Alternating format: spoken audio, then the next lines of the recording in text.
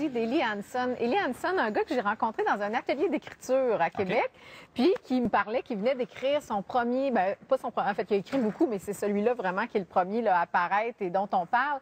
Une histoire, un roman fantastique sur fond de Première Guerre mondiale. L'histoire d'Alain, un peintre québécois qui, son grand-oncle a fait la Première Guerre mondiale, puis il a été interné suite à son retour de France. Il est resté interné parce qu'il semble porter un lourd secret. Donc, le jeune Alain va partir en quête un peu de ce secret-là qui serait dans, évidemment, il y a un carnet, là, il y a des choses à découvrir, ce qui va le faire voyager. Donc, je pense que ce livre-là, ce qui est le fun, c'est que des fois, il y a des gars qui m'écrivent pour dire « Christine, les livres en général, là, tu trouves pas que ça fait fille? » C'est vrai que la plupart des histoires de romans, c'est souvent très filles. Ce sont souvent des filles qui les écrivent. Et même quand c'est des gars, on pense à Guillaume Musso avec ses belles histoires d'amour et tout ça. Il y en a tellement des bons pour les gars. Mais aussi, c'est ça, il faut...